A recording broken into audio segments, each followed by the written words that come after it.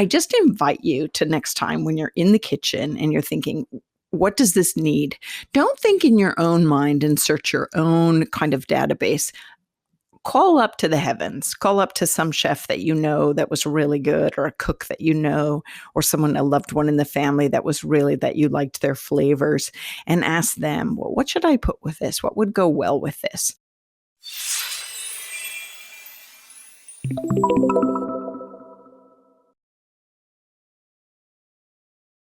Hello, and welcome to the Constance Messmer Podcast. Thank you so much for tuning in. Today, I want to go over some exercises so that you might develop more of a sense of ClairGustance. And ClairGustance has to do with psychic taste, using taste as a psychic sense. I hope you enjoy our time together. ClairGustance is pretty rare in my experience. Maybe it's really profound and continual for you in your subtle experiences or bold experiences, but you actually can send or receive the sense of taste through the soul's perspective. And and why am I always giggling? Just because this stuff is really silly, but it's so real and it's so spot on, and it's really can be subtle. So it can drive one a little wonkers. But listen, when you start really getting savvy with all of these different ways that psychic awareness works and soul awareness works, it just enhances your life. And you can be kind of on another page of reality, if you will, or another layer of experience that is occurring all the time. And sense of taste, ClairGustance, is one of them.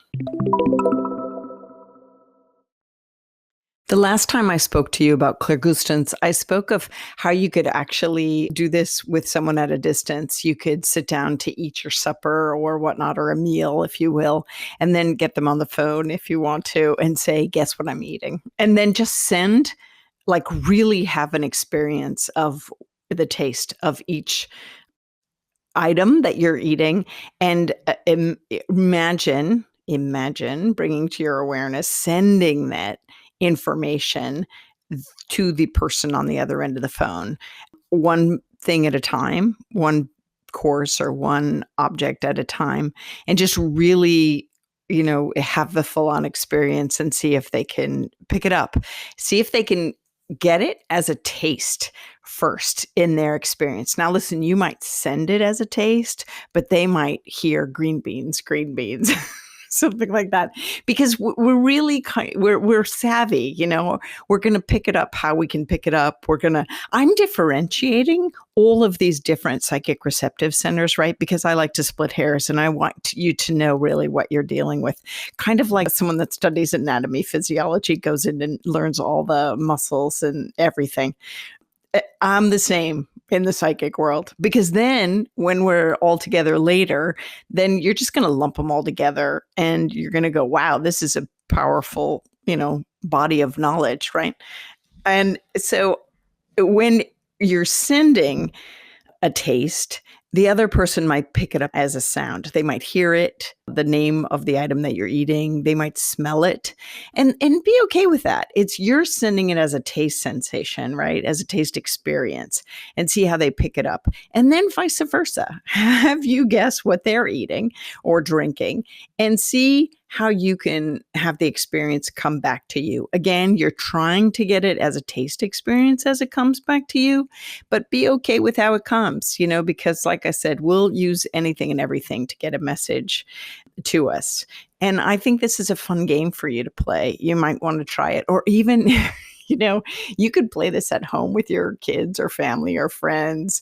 And another around the table evening fun experience where you maybe have a few items in a bowl and you have them covered up, and then you reach in with your hand and you take it out so no one can see, and you put it in your mouth and you start chewing on it, or you taste it, and you have everybody close their eyes, because when we close our eyes, we're focused inward, right? And so have them focused on any taste that might pop into their awareness, and then see if they guess it right. I think this would be great fun.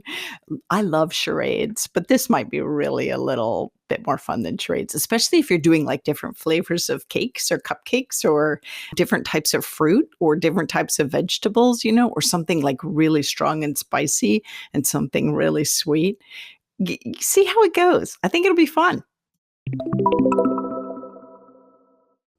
I think developing this skill set is handy for a few reasons. One is if you do tend to get in touch with loved ones that have crossed, they might come through with some information. If you do it as a career, mediumship as a career, or even just as a fun thing to work on with friends and family, or just you yourself connecting to the other realms. And, because we've passed doesn't mean we're gone. Believe you me. But it's a nice opportunity when we get the sense of a taste coming at us to go, oh my gosh, that's what they're conveying. They're reminding me, to make the Christmas cookie this recipe or the holiday dish this way, So I think it's beneficial to highlight clairgustance as a sensorial soul awareness experience because it does happen. It comes up. And so sometimes when I've had it happen in mediumship experiences, listen, I tried smoking once. I am so sorry, Mom, if you're listening. I tried smoking once and that was it. That was it. But I think what it made me aware of is I became familiar with the taste of cigarettes in my mouth. And so I've had this passed along as a sensory experience from spirit, this long drag experience when I couldn't necessarily see the person sending me the information, but I could taste what was going on in my mouth. I was like, oh my God, they were, and I would convey the information as such. They were someone that would take a really long drag on the cigarette, really enjoying the experience, and this could be validating for them because, they weren't a certain kind of a smoker that was puff, puff, puff. They were just elongated smokers. And so, do you know what's so funny is I have a feeling someone listening, this is a message for you. Like, because I'm not alone in this room right now. I'm like, who is with me? And I feel like because I put out the little, calling card to all the smokers, I'm getting a lot of smokers around me. But in particular, this is the way you really smoke. Listen. And then there's this really perfumed kind of taste that I'm experiencing in my mouth. So it's like a long brown, I want to say cigarette, but not sure. And it's like, are Swisher Sweets a thing? Or is that food? I don't even remember, right? But it's like this really perfumed, odorous essence that I taste in my mouth. And so, see, look at this is how it works, right? And so sometimes this happens in conveying messages. So it's really important that you learn, like when you're doing this kind of work or wanting to lean into these experiences from loved ones on the other side, is that you really pinpoint and fine tune, well, what is the flavor? What is the taste? Listen, I do this all the time in the kitchen with my loved ones. I always call my grandmothers around. Why is it my grandmothers and not my grandfathers? Because my grandmothers were usually the ones in the kitchen cooking. And so I'd be like, all right, this needs a little something. What do you think it needs? And then bam, in my mouth, the taste of cinnamon or vanilla or cumin. I'm telling you, it's crazy, right? But this is a real way that I love working with spirit instead of saying, I'm going to open the spice drawer and wave my hand over the spices. And when my hand gets over the one that I should use, have my hand get hot or tingly or whatever, so I don't want to really do that's clear sensation, right? We've been through this, but I want to do a clairgustance experience where I taste it and I know what they're after. And I'll be darned, they're right every time. I like to Google up recipes, but sometimes I just call on my loved ones and I'm like, okay, what does this need? What does it need? And I can literally taste flour in my mouth. I've never tasted dried flour in my mouth, but I know what dried flour tastes like, because I've tasted it in my mouth.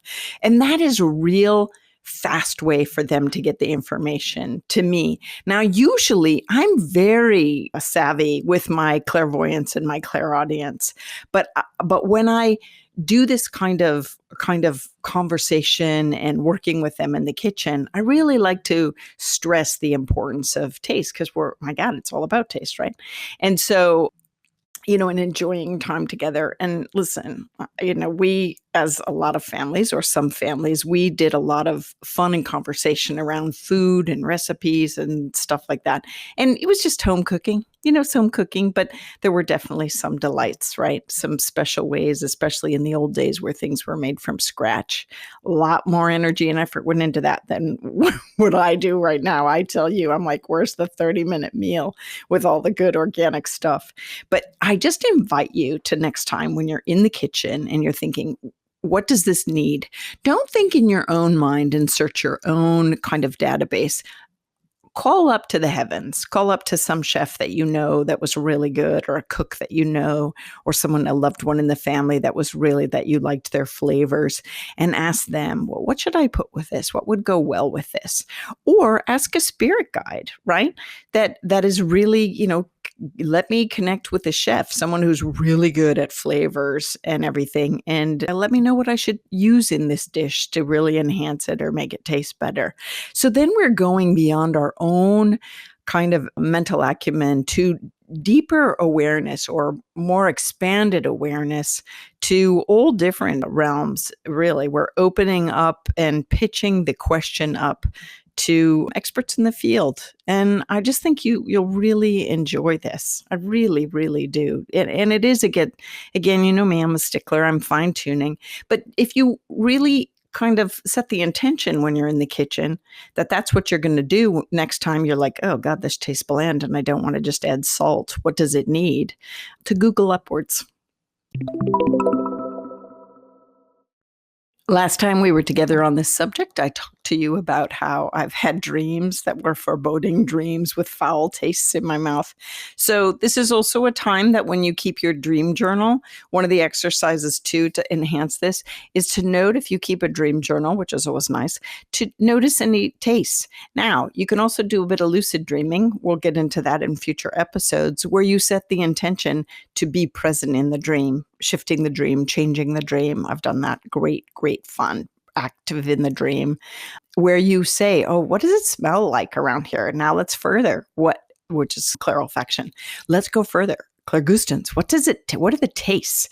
Let me see if I could taste something in this arena of whatever's played out before me, and just see how that goes. So paying attention and then noticing in the morning, like, what's the message? Is there a message in that? And most certainly, as you're going about your day, if any random tastes come up and you then take a moment to recognize that you're having a spiritual psychic experience, right?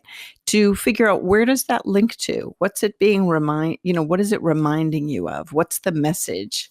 Sometimes it could be that it's a loved one trying to get in touch with you. Now, other times it could be, when you get a hankering and you're like, gosh, what do I have a hankering for? And it's like, maybe bananas. Well, maybe it's because you need more potassium in your body, in your life.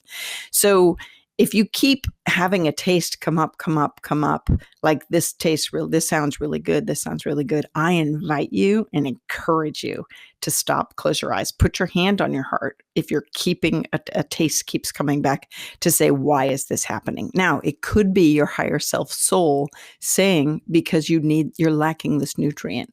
You need to get more of this in your diet, in your life, this vitamin, this mineral, this nutrient, and just kind of follow it. See where it goes, right? And just be aware. It was really interesting because for the last several days, I do smoothies every day, protein power smoothies, rah. And I often put some fruit, but it's a lot of vegetables. Isn't that exciting? Yum, yum, yum.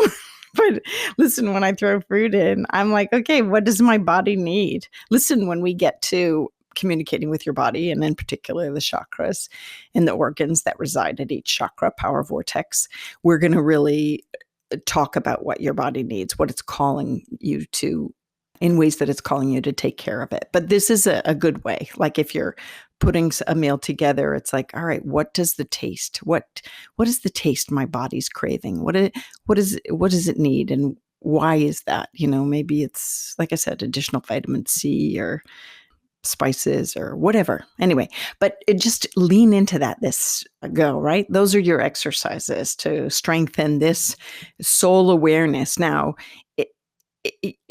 remember before I said memory and those experiences happen in your mind, which is the brain and the gut are the brain for the body, right? It's the center of awareness all over. But every cell is alive and well. And so all of these layers are going to be gifting you with the gift, really, of the soul awareness. And so you're going to know, like, you'll have a taste in your mouth when this is coming up, even though there's no physical, like for me, there was no physical strawberry in my mouth. I wasn't bringing the strawberry to mind. I wasn't calling it to mind. I was saying, what does my body need? And then I tasted strawberries, right? Very different than me thinking about the taste of strawberries. All of a sudden it popped into my experience in my mouth. And I'm like, oh, okay. All right, body, I hear you. And that was, me, my higher self soul connection, talking to my ego mind, saying, this is what you need, Constance. This is what you need, girl. Okay, so try any of those this week, this next stretch until we meet again. And don't forget, you can use it as something that you send psychically or receive psychically. So you can either work with someone else on that or just pay attention on your own accord, right? And I just think that you are going to have a really good time with this. I always think you're going to have a good time with all of these. Because it's kind of freaky when you're like, oh my God, this really works, or oh, this really happened, or oh my God, I'm good at this. So some of you are going to be really good at this, and others you're maybe not so much, but don't fret. I just want you to know that it's there, so that if it does and when it does happen, sometimes it's rare, like I said, or sometimes you have to go looking for it, like I do in my kitchen. So, don't worry. I just want you to know that it's one of the ways that your soul has this ability, right, to tap into other awarenesses and things that are beyond the physical. So I adore you. I'm really grateful that you came around and are listening. I hope you have a great time with this one. And I just look forward to sharing more of my information with you next time. Okay, so don't forget to share the love. If you like what you're hearing, tell your friends, family, cohorts, associates, and encourage them to listen from the beginning, because the lessons do build one upon the other. I do this to encourage spiritual growth and health. And I just think the world will be a much better place when we all start tuning in and living from our soul's awareness. And so I am really grateful that you are listening. I'm encouraging you to follow or subscribe. And I appreciate it, right? As always, thanks for tuning in. Legally speaking, this podcast is presented solely for educational, spiritual, and entertainment purposes. It is not intended as a substitute for medical diagnosis, treatment, or the advice of a physician, psychotherapist, or other qualified professional. You should not use this information to diagnose or treat a health problem or condition. Always check with your doctor. Thank you.